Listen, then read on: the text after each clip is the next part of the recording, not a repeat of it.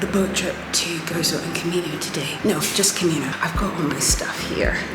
I'm excited. It's 6:59. I actually am late. The boat leaves at 9, but it leaves from St. Paul's Bay. So it's like a 40-minute, it's like kind of 3/4 of the way to Gozo. So I have to get the same bus that I got yesterday. I could have got a tour from here, from Sliema, but I just wasn't feeling them. They weren't doing what I wanted. And this boat has sun loungers and things, but I think you have to get there kind of early, so I just want to try and get in the queue. If there is a queue, I want to get there 8-ish so that I'm early and I have a better chance of getting a sun lounger, like a sunbed. This bag is honestly so heavy. On one hand, I feel like it's overkill, but then on the other hand, I don't want to buy anything today. So I've kind of just brought my own stuff. I've taken 2 liters of water, obviously. I've taken things like my book, my headphones, things I don't usually take out. So the bag is just super heavy, which I hate, but what are you gonna do? This is the earliest I've been out of the house, 7 o'clock. Hopefully the bus just comes. That's not it, is it? Oh, I can't see from here. Made it to St. Paul's Bay. 7 minutes past 8. I'll get there 20 minutes before they start boarding. This is stunning. I mean, everywhere in Malta is stunning, but it's just nice and peaceful.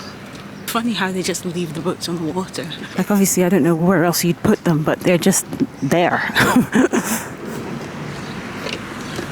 How do they get to them? Oh man.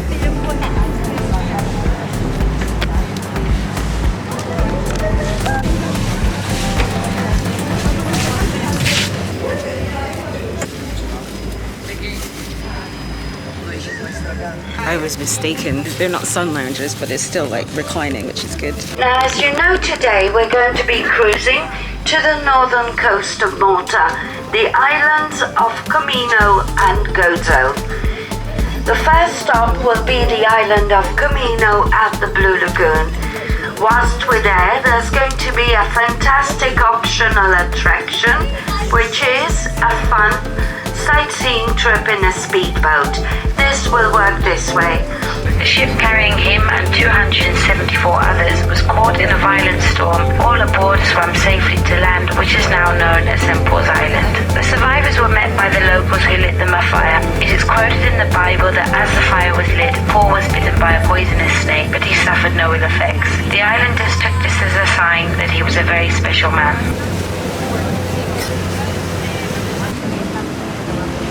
Comino is not inhabited at all. It's just coming here to swim.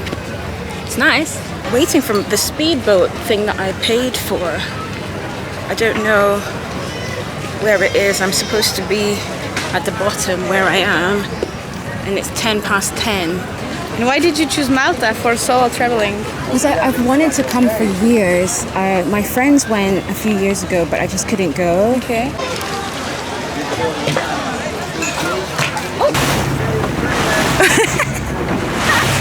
See your friends.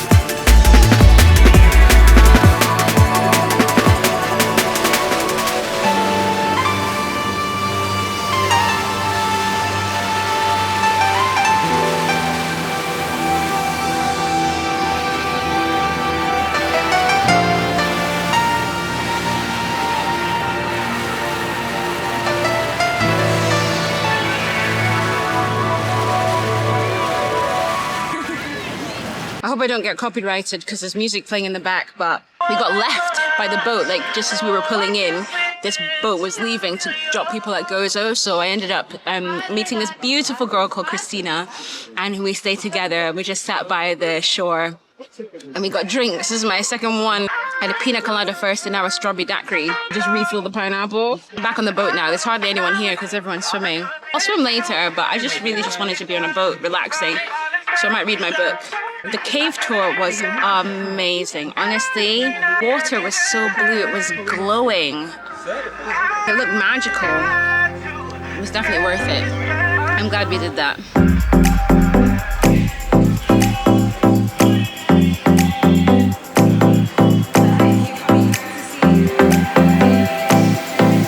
They've got decks down at the bottom here where you can see the fish. If you look through it, bottom of the chair. Oh, there's the bread.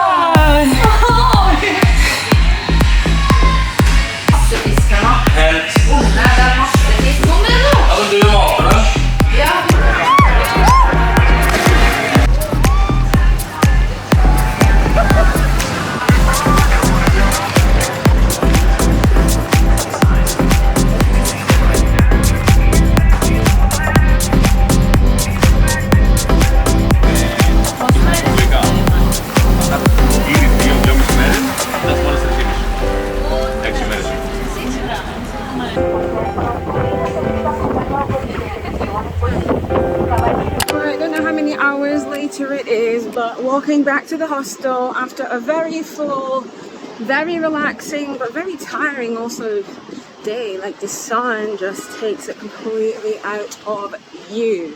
The sun drained me, honestly. Probably, I don't know what the temperature was, 33 degrees, direct sun on my face whilst I was on the boat sleeping. Just doing exactly what I wanted to do, which was exactly nothing, apart from some light drowning. Like I can swim, but I'm not a very strong swimmer. I'm strong enough a swimmer that I'm confident jumping off the boat and swimming around and keeping myself, you know, above water. But when the waves start to get a bit choppy, then, you know, I'd rather be on dry land. So I did swim a bit. Occasionally I would just kind of go to the ladder and just like dip myself in the water and then come and cool off. But it was so hot, like I was drying after 5 minutes. So I did that for a few hours. It was great. Walking this hill for the millionth time. Oh, here we are. Oh, let me get my card out. I'm not even that hungry, but I do want to have an evening meal by the marina. I think that would be nice. So I'll do that for today. Oh, there's no one here. That's nice. Okay, I'm gonna have a cold shower. I'm itchy. I think I don't have sunburn, but I definitely have heat rash because my body is itchy. I might pop an antihistamine and relax for the next couple of hours, and I'll go out again probably around 7 o'clock.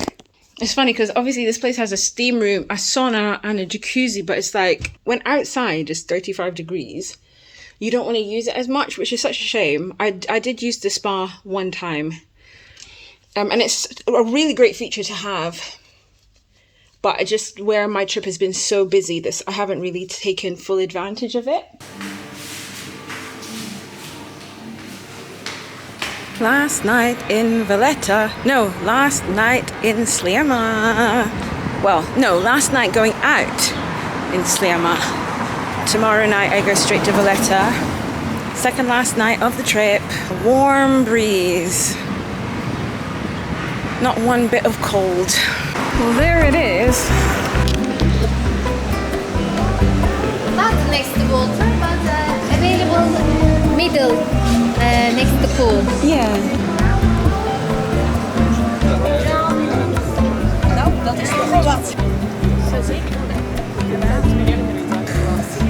The frozen daiquiri. Yeah. Yeah, it's nice. Thank you.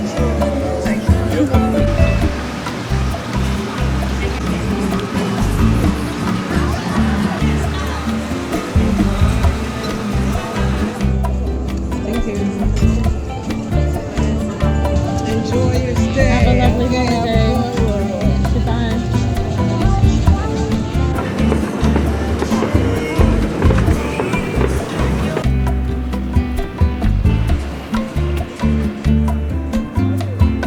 It was really nice. I've walked all the way down the marina. It's not the walk that I wanted to do, but I'm feeling very lethargic, very sunstroked. And now I'm full as well. So I met this lovely African-American couple. You can see Valletta behind me. It's like all lit up. I'm probably blocking it with my big head. There it is. It's actually just the wife, and when she was going to the toilet, she walked past and she's like, oh, me and my husband have a bet as to where you're from. I think that you're either from New York or Atlanta or Zimbabwe. Now from hearing you talk, you're clearly not from the States. I was like, no, I'm not. And she was like, but you are from Africa. And I was like, yes, ma'am. Yes, I am. Do you come here often? And I was like, no, this is my first time here and my first time in Malta. And she said, so it's this our first time too. We've retired and we do traveling. And I was like, oh, that's goals right there. Goal of life. Such a lovely couple. And they were the ones who said bye to me when they were leaving. Have a good time. I was like, thank you, you too. Oh, goal of life.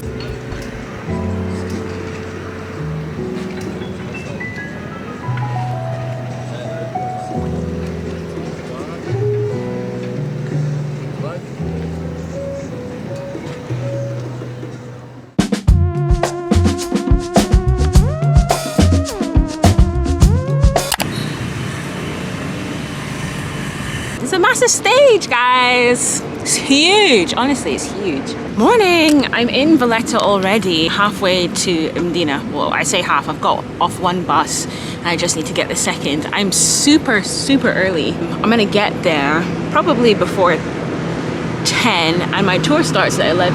But I was up and I just thought, why stay in the hostel? Why not just leave? Home tomorrow.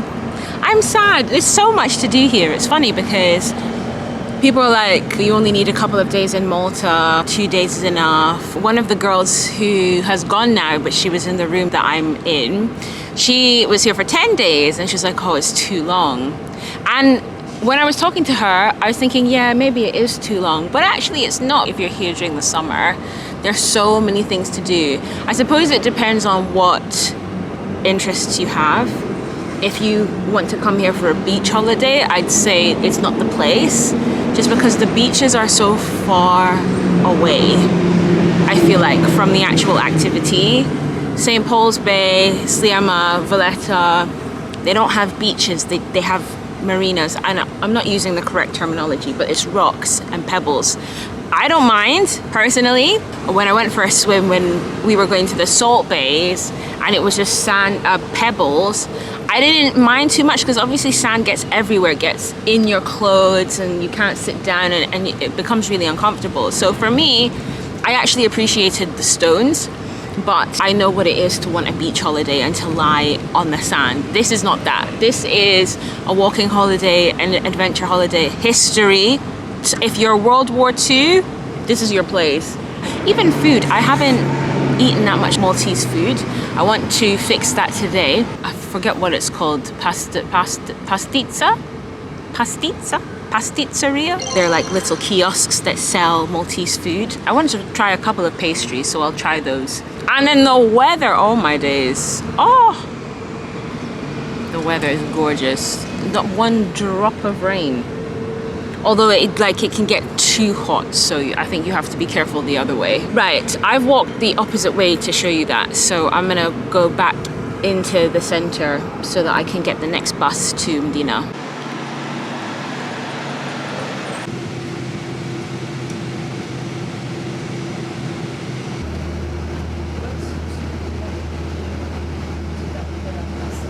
slept that whole bus ride. I'm so bad at that. It could be the middle of the day. As soon as I get in a car, I fall asleep. Not when I'm driving, obviously. It's 9:59, the walking tour is at 11. So I'm gonna wander about and then come back here. But here's the old gate.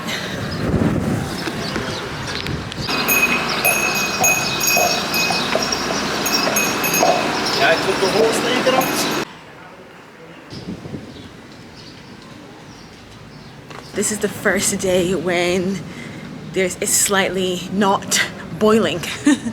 It's still very comfortable, but the wind is not even blowing hot air, which is nice. I can't believe people live here. Mdina is known as the silent city. I don't know how many people actually live here, but there's like signs everywhere telling you to respect the residents and not make noise. Also, I read somewhere that there's no cars allowed, or that you can't bring cars here, but I see cars everywhere. I'm not sure whether it's just the inside or somewhere specific.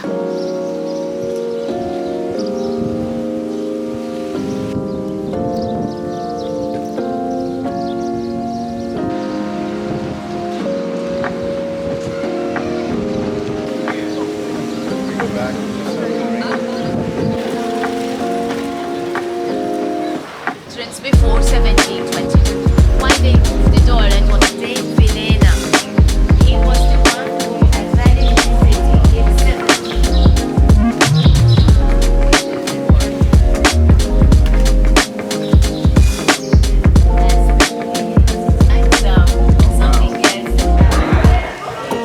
It's not my type, however, my friend who is a big fan of the Game of Thrones, she said that this was King's Landing.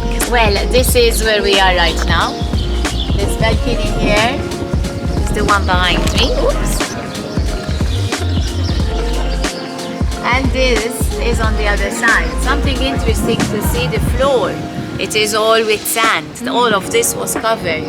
And this was a huge problem. So although I haven't watched one single minute of it, I know what happened with this. Here it was completely covered as usual. The directors, they tell you, give us the place as it is. We change it as much as we want, but then we give it back to you as you gave it to us. And they all keep their promises, otherwise we won't have any filming industry. However, they forgot when they were cleaning the floor that there is a slope. And they put so much water that the houses, they ended up all flooded with muds. So only a couple of houses obviously, but they solved the problem immediately. The style always to the pointed art, they do nowadays, you change the island. Tour is finished. That was interesting. I'm gonna go to the famous bakery shop that's called Pasticci, and it's this way. And then I'll start to make my way back to Valletta for the GrandMasters Palace tour. And then I think that will be the end of my gallivanting. I saw a restaurant that caught my eye, so I want to go there. That looks banging. This, I want to try this. And I want to try this as well. Thank you so much. Right, I'm just waiting at the bus stop for a bus back to Valletta. Now I'm gonna travel back to Valletta and go to the GrandMasters Palace tour, and then I'll start looking for shoes for Fashion Week. It's 2 o'clock now, so I'll be there from 3. I don't actually have much time. Ooh, I don't have much time. Let's say I get in by 3:30. I'll probably only be able to spend an hour there. That's 4:30. 5, 6, 7. I have to start rushing. Oh, I don't like that. I don't want to be late for Fashion Week, so yeah, that took longer than I really thought it would. 2 o'clock, damn. Oh, 52, that's the bus. Finished my tour of the GrandMasters Palace. That was worth it. And it didn't take that long, like half an hour. Not because I was rushing, but there's not many rooms and it's sort of a one-way system. So that's good. They're doing a restoration, so I don't think a lot of it is open to the public. That's that. Now I'll do for the shoes. I found a shoe that I actually like. I really hope they have it in my size. Please, please. Zara apparently only believes in stilettos, and I'm not doing that. Time to get ready for Fashion Week. got my shoes, and I got a pasticci. I got a green pea pasticci in a bag to take away. So I've done everything I wanted to do today, and I'm getting back around 5. I've booked a car for 7:15, so I've got 2 hours to get ready. I hope these shoes go with my outfit. Even if they are not the ones I wanted, I like them at least. So I'll wear them again after this, which, to be honest, I care about more. I love finding this room empty. It's been interesting sharing with 6 other people. I think like 12 people have been through this room since I started. One woman left immediately the same day I arrived. 3 people have been in the bed under me. I'm the 4th. 2 people, 5, 6, 7, 8, 9, 10. Yeah, I think at least 10 people in the week that I've been here.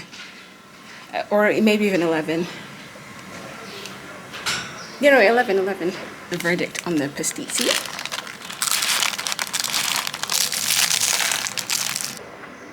I like it.